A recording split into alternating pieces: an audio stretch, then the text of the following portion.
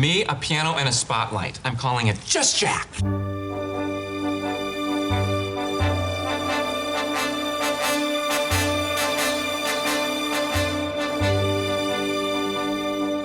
Non, rien de rien. Non, je ne regrette rien. Ni le bien qu'on m'a fait, ni le mal, tout ça m'est bien égal.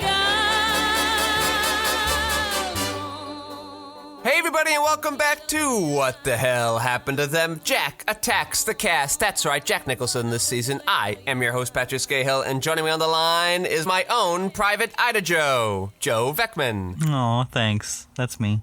And on the audio boards is Lev Van Rensselaer reminding me to remind you that you can email the cast at whathappenedtothemcast@gmail.com. And our sponsor this week is Grape Nuts. That feels very targeted, right, Lev? Grape nuts, just actual grape nuts, but not a weird pun on grape nuts or like a knockoff Nutty Nuggets sort of thing. Grape Nutty nuts. Nuggets. Nutty Nuts, what I used to eat, Nutty Nuggets. Wait, you can't. No, now you're gonna tell me what Nutty Nuggets are. Are they? That's like, the generic store brand of grape nuts, the Nutty Nuggets. And you knew they were for old people because on the back of the box Yeah. was a cartoon of how the internet worked. Okay. And this was in in 2013, so. Wow. Yeah. Wow. Okay. For the olds, Joe. Yeah. You consider yourself an old at 23? No, I just wanted to have the nutrients. I just realized, oh crap, I am an old man at heart because the back had the internet cartoon. How does the internet work? The information superhighway. No, I feel like, sorry to call you out on this. All throughout your 20s, you were like, how do I find all my vitamins and nutrients in one quick shake? Let's research this, and I don't want to have to think about this. I don't want to think about what I eat anymore. Just put it in a shake, and there we go. I'm all good for the day. Soylent. Yeah, the Soylent. Yeah, don't do that. Yeah. Do you still do that? Well, no, because it was bad for my diet. That was the problem. Good. Because then I switched to my diet, and it became about green calories and yellow calories and red calories, and the Soylent were red calories, despite all the nutrition. They weren't nutritionally dense, Joe. That was the problem. But I miss it. I'm sorry. I'm glad you're not on it anymore. I think Alberto still drinks the coffee one. That might be for something else, though, right? 'Cause it's coffee. Well, he just needs the caffeine because he's an addict. But, well, you know. For us regular Joes out there, the traditionally flavorless version was just fine. It had a little sunflower oil in it, so. Traditionally flavorless Soylent drink. Well, they came up with other ones, and I'm like, but you're adding the extra crap. The whole point was not to have the extra crap. Mm-hmm. But apparently there was extra crap in it the whole time, and that's why they were red calories. I don't know, but... All right, sorry for the tangent. It's fine. Listen, I lost 50 pounds over COVID. I'm doing great. I love to brag about that. I know. But that was part of I had to give up Soylent. It was a casualty. All right. What were we doing this week? We watched The Bucket List. Bucket List. Rob Reiner. He's reuniting with Rob Reiner after almost, 15 years? Yeah, what was that movie? A Few Good Men. Really? That's right. Yeah, I knew what it was. I was just trying. It was the year. I was trying to do the numbers. I kept confusing it with the other director, with Man Trouble. Who did Man Trouble? Oh, that was his friend, though. I know. What was that guy's name? What was his friend's name? Yeah, the BBC dude. Yeah, what was his name? Well, I'll have it for you in 30 minutes. I kept thinking Man Trouble, and I go, no, that wasn't it, but it was around there. Bob Rafelson? Bob Rafelson. I didn't have to look it up. I got it. Yeah, Rob Reiner is like, I don't know, he's got the Ron Howard syndrome, right? Where he makes these good movie. Let me phrase this. He makes these successful movies, much better. Like no one would know that he did them. Yeah, he's got no style stamp. to him. No. Like, you say A Few Good Men, and I go, really? But then I go, yeah, who would know? He's the Paul Rudd of directors. His run, though, I don't know what. Do you know what the Sure Thing is? I've never heard of that. No. That's the one I haven't heard of. It stars John Cusack, though. That's the only one I haven't heard of. But this is Spinal Tap. That's his debut. Yeah, the Sure yeah. Thing, Stand By Me, The Princess Bride, When Harry Met Sally, Misery, A Few Good Men. That's the run. Very successful filmmaker. You'd never know he made them. Then things get a little weird. He makes North, which I watched for the first time last year. I don't know why. Don't watch that. The American President, which I think is Michael Douglas and Annette Bening. Yeah, I don't know what that is. It's an Aaron Sorkin script. Ghost of Mississippi, which is another one I've never heard of, stars Alec Baldwin, Whoopi Goldberg, James Woods, and Craig T. Nelson. Kind of a cool cast. Yeah. Huge bomb. No one saw that. Dang. Then he makes a bunch of movies that you've never heard of, like The Story of Us. Do you know who's in that? Have you heard of Bruce Willis and Michelle Pfeiffer? He makes Alex and Emma 4 years later. Ever heard of that one? That's No. Luke Wilson and Kate Hudson. Well, that's fair to forget that. Rumor Has It, which is apparently like some weird semi sort of adjacent sequel to The Graduate. Nope. It stars Jennifer Aniston, Kevin Costner, Shirley MacLaine, Mark Ruffalo. Never heard of it. Sounds kind of neat, too. Then he makes the bucket list. Well, people heard of that one. He goes on a run of movies I've literally never heard of from 2010 on. He has continued to make movies over the last decade. Trolls and Trolls 2 World Tour. No, if we were only lucky. Flipped. Have you heard of Flipped? No. Wow, this movie actually made $4 million, though. That's crazy. I have never heard of it. I have barely heard of any of those actors. We move on to The Magic of Belle Isle. Nope. Sounds like a TV movie. And So It Goes, starring Michael Douglas and Diane Keaton. Maybe I have heard of that one. And Being Charlie, Nope. he made $30,000. Jeez. He made LBJ, which stars I remember they made that movie. Woody Harrelson as LBJ. Yeah. Made $2.5 million on a $20 million budget. He lost it. I mean, he just lost it. That's all this is. That's what we're getting But at. I wonder, because I'm looking at... Well, first let's talk about what happens in the movie. Yeah, oh, God, but hold on. He made another movie that came out in 2017 called Shock and Awe, starring Woody Harrelson, James Marsden, Rob Reiner, Jessica Biel, Mia Jovovich, and Tommy Lee Jones. Made on a $16.5 million budget. Made $182,000. Okay, that's it. That's the run. Woody Harrelson, I'm surprised. like you came back again? You wanted to give it another go? Yeah. The LBJ, no one watched it. You thought this time they'll watch whatever this is? No. What happens in the bucket list? What happened in the bucket list? 2 terminally ill men escape from a cancer ward and head off on a road trip with a wish list of to-dos before they to die. I added the to die. Yes. I forgot Rob Reiner directed this. Yeah. His name pops up at the end. You go, oh, wow, really? And I go, well, I could see how I'd forget. But I was thinking a lot through the whole, because I know that this movie was successful, right? I'm not misremembering that. Oh, very successful. And I was like, how much does the director actually matter? Because it's not directed badly, but it's not directed notably. Yes. It just is Agree. going through the motions. And you're just letting the actors do their thing, which is fine. That can be a way to direct, just like get out of the way. But if this movie did really well, and people are like, yeah, Rob Reiner's got it back. Or you're just like, yeah, people wanted to see Jack Nicholson and Morgan Freeman in a movie, which makes sense. They're giant movie stars. Yeah, or is it just like, hey, the script's not so bad? Like, how are the executives like layering the blame? I hate to tell you that I have information for you today.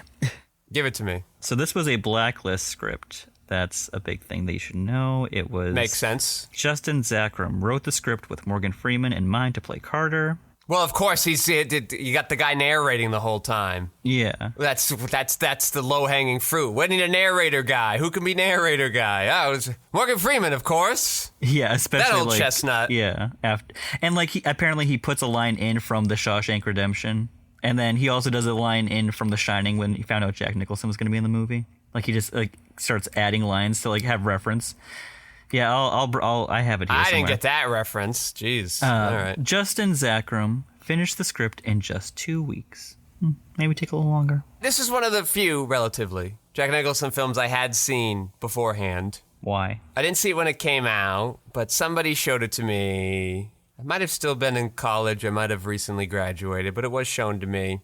I'm in a weird place because I liked it, but I think I liked it because it was different than what I thought it was going to be. Because perhaps you remember the trailers. It seemed to set it up. We know they're both dying. And Morgan Freeman was going to be like fuddy-duddy dude. And Jack Nicholson was going to be like, I'm doing this bucket list and I'm taking you along for the ride because you're bumming everybody out. And he would be like, I don't want to do it. I don't want to do it. I don't want to live life. Be like this kind of odd couple thing. Mm-hmm. But that's not really what it is. You know, it's not really this sort of buddy cop, fish out of water thing for Morgan Freeman. It's a lot more balanced than that. And it's not even really about the bucket list, which is another trap it could have been. If I had gone in with the expectations of what the movie really was, I might have been more lower on it. Mm-hmm. But right now I'm like above meh on it. I think it works better than I thought. I think it works better for an old people movie. I know. It does. I mean, where problems are easily solved. It's like a real movie. So like I get it and I can get why people enjoyed it. But it's also not as comedy as it was marketed as either, you know? Yeah. It's a lot more dramatic. You think like, oh, they're going skydiving. What kind of crazy things are going to happen when they go skydiving? Exactly. Like, oh, old people going on wacky adventures. No, it's actually about like having to deal with the mortality. It doesn't do it in the most interesting way. It's not probing any new things, but it's doing it fine. It is doing it in the Rob Reiner, like, slightly better than average way. That is very well said. You kind of misdirect us in the opening, and I appreciated that. I didn't expect Jack Nicholson to outlive Morgan Freeman just in general plot structures. I think that was kind of a smart way to go. Yeah, it was. Right? You think it's Morgan Freeman's film, but he finishes his journey kind of quick. But now Jack Nicholson's still doing his thing because of Morgan Freeman. Like, it is sort of two-hander-ish in that way. Mm-hmm. The only real poo-pooing I'll do on the script is that we don't really get a sense of how they've changed. They tell us a lot. I left a stranger, I came back a husband. Morgan Freeman saved my life. But we don't really know what their lives were like before the cancer diagnosis. We see a little Morgan Freeman at his shop, but we don't know what his wife relationship is like. We don't see them kind of being estranged from each other. We don't see Jack Nicholson kind of being this asshole businessman. Yeah, we don't see that. We know that his daughter didn't like a decision he made. Yeah, but even then, like, we don't know that until well into their journey. Oh, and, like, yeah, he like just an is hour afraid to movie. go back to it. But, like, Jack Nicholson's at that eulogy and sort of describing it as if, like, he was this kind of Scroogey sort of dude. Yeah. And Morgan Freeman kind of opened up his heart, which I'm sure technically happened, but I would like more than just somebody telling me that. Mm-hmm. We're in a movie. I'd like to see it. But outside of that, I thought the script worked pretty well. I could see how it ended up on the blacklist. It's not great. We're not doing a 70s movie here, but, you know, pretty good for how it kept being marketed and stuff. You know, Joe, I actually... Yeah? One of my producing professors when I was in school was a producer on this movie. Oh. And he would tell me lots of stories, but I will tell you the one I think I'm allowed to tell you. Okay. When they finally landed Jack for the role that they always wanted, they purport. I wonder if this was another one where it was like 5 people in. They're like, all right, Jack Nicholson. They get him, so they've already had Morgan Freeman. Mm-hmm. And Morgan Freeman was like waiting to negotiate his salary because they wanted to know who the lead was going to be. Yeah. And when it was finally confirmed that it was Jack, like they thought it was going to be, they were like, okay, good. We want 80% of his salary. Whatever that is, we know it'll be good. We know we can't get close to it, but we want 80% of it. And I thought, that's smart. Good work, agent. That's a way to do it. That is smart. They should know that he's not like negotiating what he did with what's his name? Fuck. In broadcast news when he was like, I'll just come in and do a scene. Nope. Yeah, sir, this is not a favor to anybody. This is Jack Nicholson very much demanded his rate. James L. Brooks was the name I was searching for. Yes. Jesus Christ. Just so I can tell you the shining line that they inserted in here. While overlooking the pyramids in Egypt, Edward is telling Carter a story about his daughter and fiance, and says he felt like he wanted to bash the fiance's brains in. That's the line. Because in The Shining, Jack Nicholson's character tells his wife, honey, I'm going to hurt you, I'm just going to bash your brains in. Yeah. Yeah, we're going to take these four words I know. Put him in the script, and now we've got ourselves that doesn't read at all. I don't like it. Jack probably didn't even realize what he was doing. No. And then the Morgan Freeman one is, that was the first time I laid eyes on Edward Cole, which is a copy from Shawshank Redemption, where he said, that was the first time I laid eyes on Andy Dufresne. I guess, but also feels a bit generic. It does. A bit Paul Ruddy in ways. I think it's a script. But you know what? Speaking of that, it seems weird that he went by Edward, because he very much seems like an Eddie, right? It does feel like an Eddie. Why are you going Edward? Why? All right, go on. This is so weird, because this is a trivia fact that I'm finding on here, but when I was watching the movie, it was really bumming me out, because I'm like, I don't want to think about Jack Nicholson dying. I don't know why I'm not, like, upset. That's right, we've got another addition to the kill count. Bullied. Oh, jeez. I think we're still a little confused on the numbers, but I think we're at about 8 or 9. Oh, wow, okay. Yeah. But yeah, I was like, I don't want to think about Jack dying. This is bumming me out. Like, then when you see, like, he's having his head actually shaved, and I'm like, oh. And then it grows back, and it's like how my grandpa's hair grows back, and it's like, like it just all over the place. And I don't know why, like I said, I don't know why I wasn't like bummed out like as much by Morgan Freeman like dying in a movie, because I'm like, I don't know, he's old. But Jack, I'm like, he just seems so like virile. He's got it still, and he's like he's even with like he's going on the plane, and he's like leaving the bathroom with like a flight.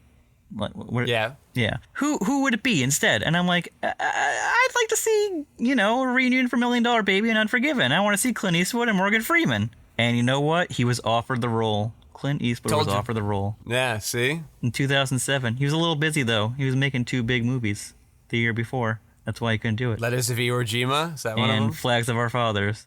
Oh, that's right. Okay. The better one is the one you named. Yeah. But yeah, this was a screenplay on the Blacklist from 2006, and it was on a list of the most liked unmade scripts of that year. Well, that's why, it's on the Blacklist. Yeah. That's the whole point. The whole list is scripts that are liked of that year. Yeah, and then the title of the film, Bucket List, refers to when a person dies or kicks the bucket. The list includes the number of experiences or achievements that a person hopes to have or accomplish. Yeah, we know what it is. That said it in the movie. Yeah, but did you know... The movie made it popular. Yeah, yes, that was exactly my point I was getting at. This famously known for coining the term bucket list and bringing it into the modern-day mainstream vocabulary. That's all. I know you got frustrated when I was reading it, but that's what I was getting at. Okay, I just feel like we all kind of know that. I didn't know that this movie made it famous. I've never heard that list until the movie came out. No one had ever uttered those 2 words like that together, and now it is very popular. So it is. Good work, my producing teacher, Travis Knox. You did it. You changed the world. I got 2 more things for you. Yeah. Most importantly, Morgan Freeman's real-life son, Alfonso Freeman, plays his son in this movie. Well, he was in it for a second, so that seems fine. Like a clone of Morgan Freeman, just younger. It's so crazy. I saw his IMDb picture. I'm like, what other movies has this been in? Oh, yeah, just 4 other Morgan Freeman movies. Happy Feet 2 or whatever. Not in Happy Feet. You're thinking of the March of the Penguins. Okay. Happy Feet was more like Australian people, like Hugh Jackman and Nicole Kidman. Isn't Robin Williams in there, though? Yeah, but, they needed a comedy. You needed the comic relief in your children's Penguin movie? What about the Penguin and the Pebble? Was Morgan Freeman in that one? I don't think so. That's a Don Morgan Bluth, Freeman's in a Penguin cartoon, goddammit. You're absolutely right. I'm going to say you're just right on that. There's no way he didn't play a cartoon penguin. I'll go through the list right now, and then I'll give you my last little fact. All right. Started working in 1964. Wow. He was not doing cartoon penguins back then, though. Wow, really didn't start working for real, as frequently as he does, until 88. Wow. Yeah, he was probably doing stage stuff. We thought Jack was slumming it for a while, but man, Morgan Freeman he's doing working, the dirty. but he's doing very small. For the first decade, it's all uncredited stuff. But yeah, so cartoon penguin. Fine. Give me your fact. I'm looking at the older ones. He's cartoon penguin. I'm in 2010 now, which should be prime penguin time. I hate to break it to you, I don't see any cartoon penguins. He's played a lot of presidents, though. Well, I'm looking at who's in the Penguin and the Pebble. Oh, yeah. Who's in the... Holy shit. Not looking good. He's had 8 movies in the last 2 years. He's very busy on movies I've never heard of. Pebble and the Penguin is Jim Belushi, Tim Curry, and Annie Golden. Jim Belushi still, working off that K9 money, right? Yeah, and he hadn't had According to Jim yet. Jesus. That guy's run is unparalleled. How'd he do it? And then it's still probably 10 more years before he then shows up on Twin Peaks: The Return and actually is really, really good in that. Yeah, According to Jim. Nah, when did According to Jim end? That show was on for maybe 6 years, so I guess 5 years after that was Twin Peaks. Yeah, I'm looking up According to Jim. Yeah, thank God that one's not on Nick at Night or TV Land. Good Lord. My friend, it had 8 seasons and 182 episodes. Oh, man. Fucking hell. Just kept going. Yeah, and it lived on ABC. Yep, ABC. Yeah. Wow, what a run. October 3rd, 2001, right after 9/11. Jim's going to be there to cheer you up. Wow, that started a lot earlier than I thought. Yeah, my goodness. To June 2nd, 2009. So about 8 years before Twin Peaks. It ended when I thought it would, so okay. Listen, everybody thought they loved John, but Jim apparently was where it was at. 29 episodes for season 3. That is unparalleled. That is crazy. That's like Drew Bring Carey's. in 12 million viewers. People would kill for those numbers. Well, it was a different time. That's not totally fair, but yeah. Drew Carey season 4 maintained it, had though. 29 episodes. Speaking of which, Jack Nicholson's lawyer in this movie was Drew Carey's boss in the last 2 seasons of the Drew Carey Show. Oh, wow. Look at those facts you're Also bringing good out. Drew Carey news. Just like The Rock donated a crap ton of money. I saw this. Yeah, you saw that? Drew Carey himself gave $500,000 as well to the writers. Yeah. Good work, Drew. And you know what he did? He thanked his writers for helping him make that money in the first place. Yeah. Is that, I Very think nice Bruce of him. Helford? Is that one of them? Yep. Bruce Helford was the executive producer. Yeah, he thanked him and he thanked all of his writers for making that money for him. Yeah. That is just incredibly generous. I just can't, even after Donnie, it's oh yeah, I did that. Yeah, but no, he's... It's like with Adam Sandler. Anyone who's worked with... Nobody ever has a mean thing to say when they've worked with Drew Carey. Everybody just likes to gush about how nice he is. Well, I'll tell you, too. I saw Drew Carey this weekend, too. Price is Right? Not on my TV, not in person. Ah, man. I was watching the movie, 4.5-star movie, Jack and Jill. Oh, he's in that movie? He's in that movie. I've watched that movie. I'm sure I talked about it in the episode, but I don't remember that at all. He plays Drew Carey on The Price is Right. Okay. Jill shows up to The Price is Right because she wants to go on a game show. Yeah, It's a really great bit. It's coming back to me now. And Drew deadpans it at the, when his scene's almost over. It's so good. It's so good. So my last trivia fact for you. Jack Nicholson's own experience in the hospital just prior to filming inspired some of the dialogue and acting for the movie. For example, the mirrored glasses seen in the movie were not originally in the script, but Nicholson, who obtained them while in the hospital, brought them to the set. Director Rob Reiner decided to include them in the film. Yeah, that's a story that the producer told me. I like the glasses. Yeah. I really like them. Think they're cinematically appealing. They look so stupid on his face. I'm come on. And they're trying to do shots. They're trying to do shots of him looking at it, and you can see his little eyes in the glasses. And I'm this is it's kind of it's a little amusing. I think it's a good it was idea. fine. I was just I'm someone brought these to set. Good work. Works for me. Yeah. I'm going to be that.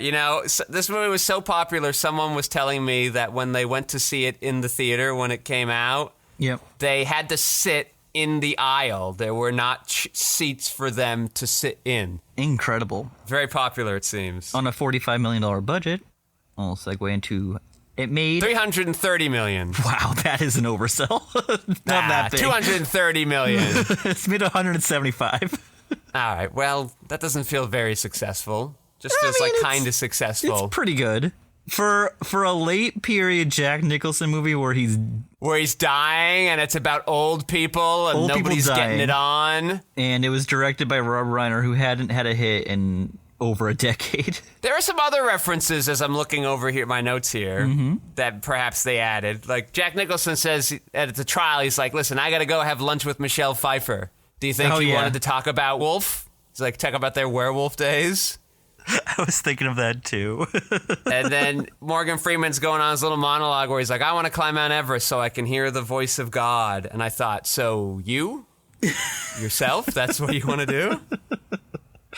But, so going back to that Jack Nicholson piece right there, he's just a really rich guy who owns a hospital. Why the hell is he seeing Michelle Pfeiffer? Well, it sounds like he owns many, many businesses. Okay. And he's being, hospital just happens to be one of them. And that's the one that he was being on trial for because it wasn't super nice. And also for Jack Nicholson having been changed by Morgan Freeman, he still doesn't make that hospital very nice. I know, the pea soup? Yeah, the pea soup still sucks. Yeah. And that is like still sucks. 15 minutes before the movie ends, and I'm like, the pea soup still sucks? Come on, Jack. Yeah, it still looks like the same shitty place. Whatever. I mean, it's a hospital. It looks pretty nice. First act kind of goes on for a bit long. It does. Another script thing. I had holy green screen Batman. Yeah. Probably because it wasn't safe. Yeah, they're pretty old. I mean, they're Jackson is late 60s, and Morgan Freeman is either the same age or... Wow. I just looked it up.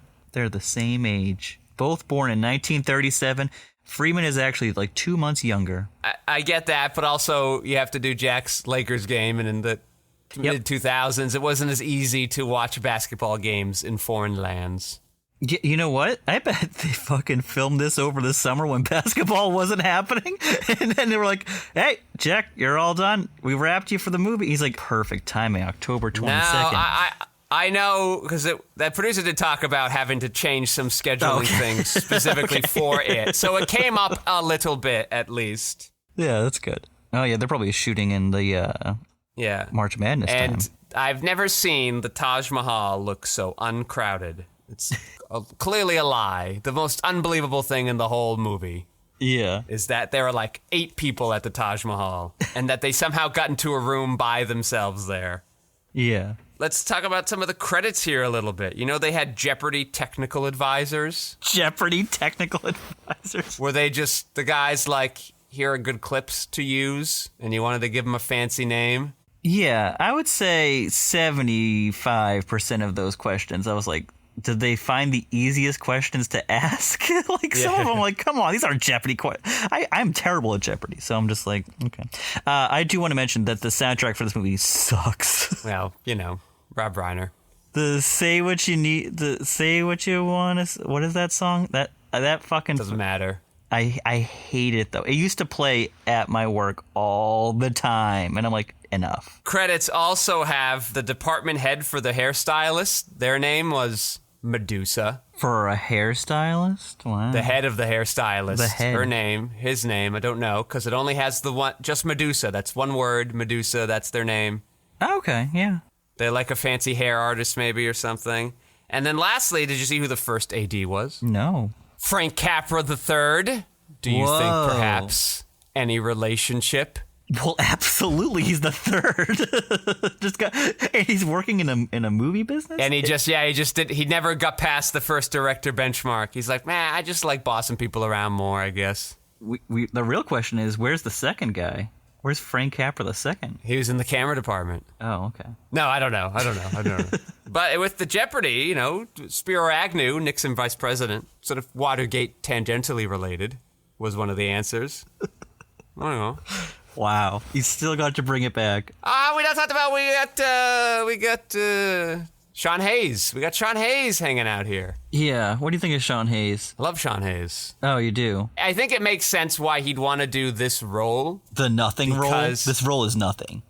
Yeah, I know, but I think he's like, well, everybody knows me as big, bombastic Jack McFarland. Oh, he's on a TV show, that's why. Okay. The TV show has ended at this point. Yeah. But, like, that role for him was so big, I can imagine him only getting offers for those kind of roles. And he's like, give me a straight man thing. Is this Will and Grace? Is this the show I never watched? Yeah, Will and Grace. Okay. And that was a 90s show, though, right? That could have been 97 to 2004. Yeah, 2005. So 98 to 2005. You can still put that on the Nick and Night instead of Friends. Yes, you could. That's what I'm saying. That was my point. It's kind of like like a year or two after Friends ends. It's fine. And it's a little more relevant as it just had new seasons.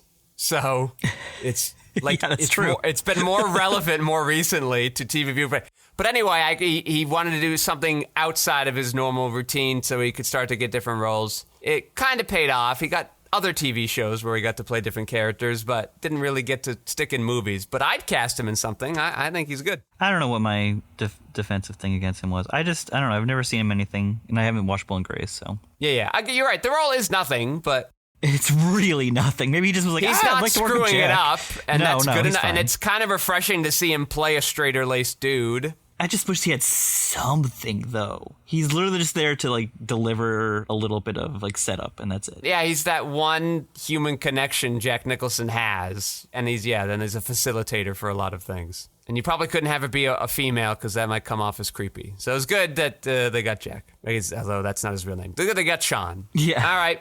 You want to go to last looks here, Joe? Last looks. The penultimate Jack. This is sad. I'm sad. I'm a little sad. I know we got one more. Yeah, save your tears for that one. Well, I don't know if there'll be any tears. Like, there'll be a lot. I actually, you've turned me around a little bit on this movie. I was like, meh on it. Which movie? I don't know what the last movie is. Well, I'm talking about the bucket list right now. Oh, okay. I was a little, like, meh on this one. But you've turned me around a bit. Listen, I'm not saying I'm not saying saying like, it's a good go movie. check I'm out just this saying movie. It's fine. I just say, you know what? I got better than I thought it would, and that's nice. It does work to some degree. It's fine. Yeah. It's slightly better than fine. I'm just gonna tell you, I got a little emotional at the end for all the weepiness it was doing, where Jack is finally reconnecting with his daughter, and it just reminded me of my dad and how he doesn't. Him and my sister don't talk, and it's just like that'll never happen in real life. Yeah. It's a nice moment. He crosses off like the kiss the most beautiful girl in the world. Like that's a nice way to bow it for Jack, and believably, it's not very schmaltzy. It kind of shows his growth too. I think the movie does a lot of things pretty well. C. I'll give it a C. I give it a C plus, maybe B minus. I'm somewhere in there. Wow. Okay. Yeah. My last looks wise, Jack Nicholson did this movie. They paid him a lot of money. It's fun. It's a fun role too, but the money was a factor. I won't lie. That's what I was told anyway. $45 million budget. What do you think he made off of it? You know what? I didn't get the exact number. I would say but 10. It was at least 10. Yeah, it was definitely somewhere between 10 and 15. He and Morgan Freeman got the bulk of the budget of the film. That I do know. That's good. So it was close to half, maybe half. They were around there. Jack, it's not like a great meaty role, but it lets him find some moments. And again, he does get to have fun, right? He gets to do the Jack thing and sort of be this kind of out there, trying everything sort of dude that he was in real life. So made a lot of sense to me. All right. Well, I'd like to thank our sponsor. It's not Nutty Nuggets, right? It's like it's Grape Nuts, real factual just grape nuts. Yeah. Grape Nuts. No grapes involved, I promise. And I'd like to thank Lev Van Rensselaer for minding those audio boards and keeping us sound so slippery smooth. I'd like to thank my co-host Joe Vekeman for stopping by. Oh, thank you. And I am your host, Patrick Skeyhill. You can find my features, documentaries, short films, video essays, animations, behind-the-scenes footage, and so much more at QuixoticUnited.com and social media, presumably with a similar-sounding name. Thank you all for listening. Joe, say goodnight. Good night.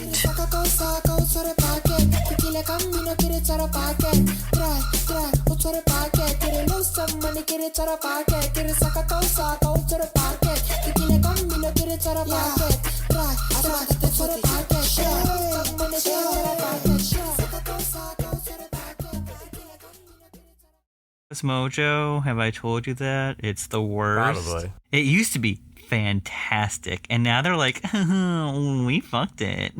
What are they doing now? Well, now when I go to look up, used to have like the week of December 21st, 2007, when this movie came out, and I could look up the top 10 for that week. Now I can't do that anymore. Instead, I get just the movie and then their rank. I don't understand why it's so difficult to look this up. Yeah, there seems to be no point to that. Why did they change it? How did that make it better?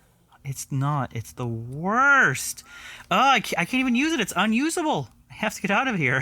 I just wanted to see. We got to go to their competitor. Do they have a competitor? Like Theater Receipts Dojo? Something like that? Dojo. The numbers seems to work for some people, so I'm going to try that. Okay, this doesn't matter, so I'm just going to tell you it. This, on the numbers, the ranking on other records and milestones, The bucket list has one of the records for biggest 8th Monday. Oh, what about this? Washington's birthday. It ranks 363 out of all movies, 3-day inflation adjusted. Who needs that? Biggest 5th Saturday. It ranks 78th. Nerds! What the fuck? That's who runs that website. The nerds. Absolutely. I want to talk about that rock game. The Rock? You had me do that list. Oh, yeah. Where you named all the Rock's movies that we've almost watched? How have we missed like 7 Rock movies? I told you, I've never heard of Long Shot. That wasn't even on his Wikipedia. Or IMDb. It was just nowhere. Is there just like a clip of him in it and somebody's watching wrestling or whatever? Like, I don't know. He had a name. what is that? I know like 2 or 3 we purposefully skipped. Like the John Travolta one. Yeah, we could have watched that, I guess, because I guess he's in it. But I mean, now that we've watched a lot of these Jack movies where he's in it for 2 seconds, it feels like we've opened the door to go back to some of these Rock movies. I guess. But I don't remember there being so many that we jumped over. I remember the John Travolta one, maybe the wrestling with the family one. Fighting with my family. He's in it for literally like 45 seconds. He introduces himself as himself, and then he's like, "Good luck on your training today. If you smell what I'm cooking, bye." Yeah, okay. That's it. It's like there. Do you want to rank his performance on that? I remember some of them, but then they're like, "Oh, what movie was it with Janet Jackson?" And I was like, "What?" Oh yeah, I don't remember Tyler a Perry Janet movie. Jackson movie. What movie was he in with Kristen Bell? I don't remember that at all. Yeah, I don't remember that. I just saw it like 3 days ago, and I don't remember it. And then how many times I was like, "Race to which mountain? Race from which mountain? Run away from which mountain? What the fuck is this movie called?" I had to give up. And then I was like, Fast 6? No. Furious 6? 5? Fate of Fury? All right, Hobbs and Shaw? No. Fast and Furious presents Hobbs and Shaw? No. Oh, I'm spelling Hobbs wrong. Okay, here we go. Feel like I got penalized where verbally a judge would have given it to me. Yeah, I mean, they should have. Okay, so now I'm looking at weekend box office performance by itself, and on December 28th, it just doesn't make any sense because I just read somewhere, which is the reason why I looked at the box office. It says on December 28th, it ranks 21st, when it opened on Christmas, and I read it opened number 1. This makes no sense to me right now. These numbers are wrong. Can't use them. Get out of there, Joe. They're putting you in the wormhole. We used to be able to do the box office thing, and now it's like, fuck you. We'll have to make our own box office site. Yeah, with blackjack and hookers. Okay, sure. I want a weekend chart. Give me... I think I found it, but now I just need to go back 15, 18 years. Whatever it is to get to this movie. Shouldn't take too long. Now I'm typing in the movie, now that I have it on the correct charting. So I had to fly in that stupid plane, as you remember. Oh, yes. And they have DirecTV on the plane, though. Let me tell you what I've learned. TV sucks now.